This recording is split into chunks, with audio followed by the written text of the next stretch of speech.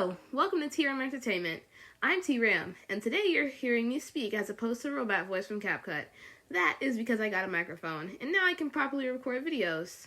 That's perfect for today's video because I'll be reviewing the Miraculous movie. Firstly, I would like to warn that there will be spoilers in this video.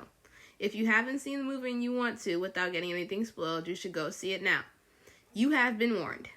For my video today, I'll be separating it into two sections, the pros and the cons. Before we get started, I'll just say right off the bat, for me, the movie was a solid 8.75 out of 10. That has been my consistent rating from every time I've given it one, and here I'll tell you why. Starting off with the pros, we have number one, the animation. It was absolutely gorgeous. Such an upgrade from everything Miraculous before. And you could tell it was meant to be in theaters, and I wish it was in the US. Number two, the songs. I know some people don't like musicals, but I adore them, and I thought the music in this was great. All the songs sounded good and were things I would actually put on a playlist. Personally, Hawkmoth's song Carols for Rent Today was my favorite, but they were all great. I even named a group chat after the first line in Cat Noir's song, My Lady. Number three, the character changes. I enjoyed how they altered the characters to add more depth to them, like how we saw more about Adrian's mom and how he feels about her passing, and we saw more of Marinette's hesitance to be Ladybug, and how big of a change Adrian had from his regular personality to when he became Cat Noir. It's been a while since I've seen the origin episodes, but I don't think he had that much more confidence and cockiness. And it was interesting how Tiki was a little more pushy, I guess, towards Marinette. She kind of seemed like a really old being who is used to, but still tired of humans' nonsense. She was really like, come on now, get it together, girl. And I actually loved that. We also saw Gabriel actually care about his child. That's something we essentially never get in the show, so it's always a win. Number three, the story changes. I thought that the way they got the Miraculouses was a little more interesting than how it was in the show. Even though I don't understand how Adrian had absolutely nothing to say about having a live cat in his room. Like, I know you're sheltered, but you're not even gonna scream? You're not even gonna make a surprise face? He didn't even move a facial muscle until he saw the Miraculous. So yeah, I enjoyed those parts. Also, it was incredibly funny to me that in the movie, Ladybug and Cat Noir only had to exist for like a month before they got rid of Hawkmoth. No Monarch, no losing the Miraculouses, no extra Miraculous holders, just a one and done. Ladybug and Cat Noir from the show would be jealous. I also want to know more about that place that Marinette and Tiki met in. What was it? And why were all those ancient artifacts in there? And that statue of Master Fu. And did Master Fu destroy everything like he did in the show? He didn't lose his memories and move to London like his show version, so we might actually find out. I'm interested to see where they'll go for the sequel, since they're basically time skipping from season 1 to season 6 story-wise. Number 5, Lady Noir. It deserves its own section in the pros, because the Lady Noir was beautiful. It filled my heart with joy, especially after watching season 5. No, I still haven't finished it, but I've gotten a few more episodes in, and they still hurt. I feel like if that level of Lady Noir was in the show, all of its other problems would melt away in my eyes. Except the anti-Chloe rhetoric. That can't be hidden. The whole stronger together thing was beautiful, and it really showed how much the two need each other. And it proves that Lady Noir is an unstoppable force, no matter what season 5 is trying to tell me. Number 6, the best scene in the movie.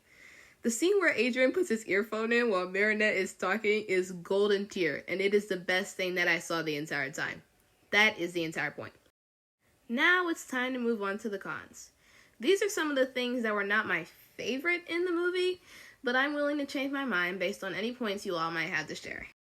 Number 1, some of the character models. Does that sound like it automatically contradicts the very first point I made in this video? Yes, but hear me out. Marinette looked great, Ladybug looked great, Cat Noir looked great, Master Fu looked great, Chloe looked great, Sabrina looked great, Aya looks mostly great, they didn't fully fix her hair, but whatever. However, I feel like there was something wrong with Adrian's face and his hair. I liked it, it was beautiful, but something felt off, and I can't quite put my finger on it. Also, some of the backgrounders looked rough, but that's completely understandable because they're in the background. However, Child Adrian looked exactly like Timmy Templeton from the Boss movie. And lo and behold, it is actually him.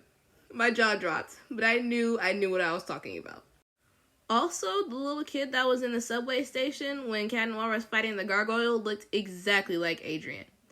And Luca got the Luca treatment, but he's Luca, so we can't expect any more attention on him. But other than that, it was absolutely stunning, and I adored it. Number 2, Marinette's songs. Another direct contradiction, I know, but I stand by what I said. The songs were good, but here's my problem.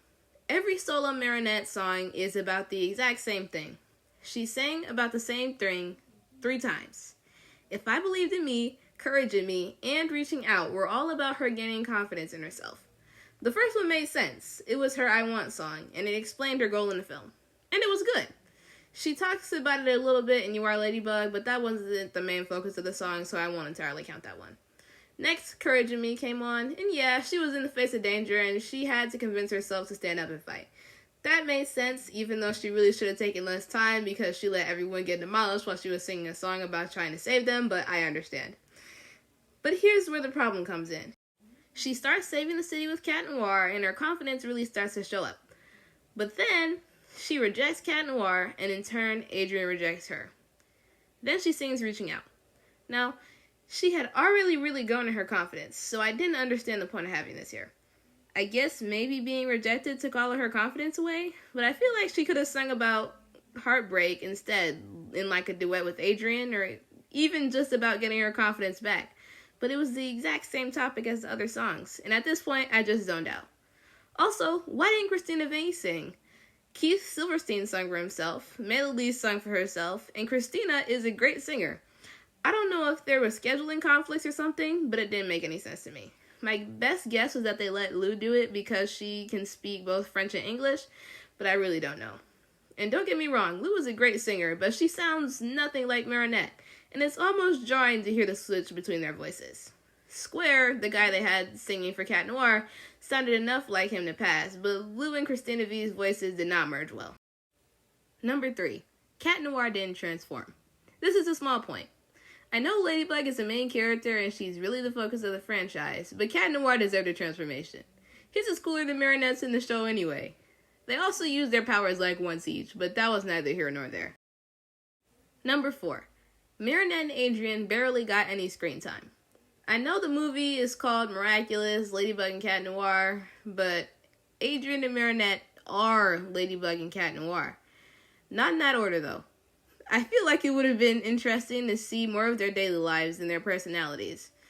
There was actually a deleted scene that Netflix uploaded on their YouTube, and it showed at least a little bit more of their personal lives.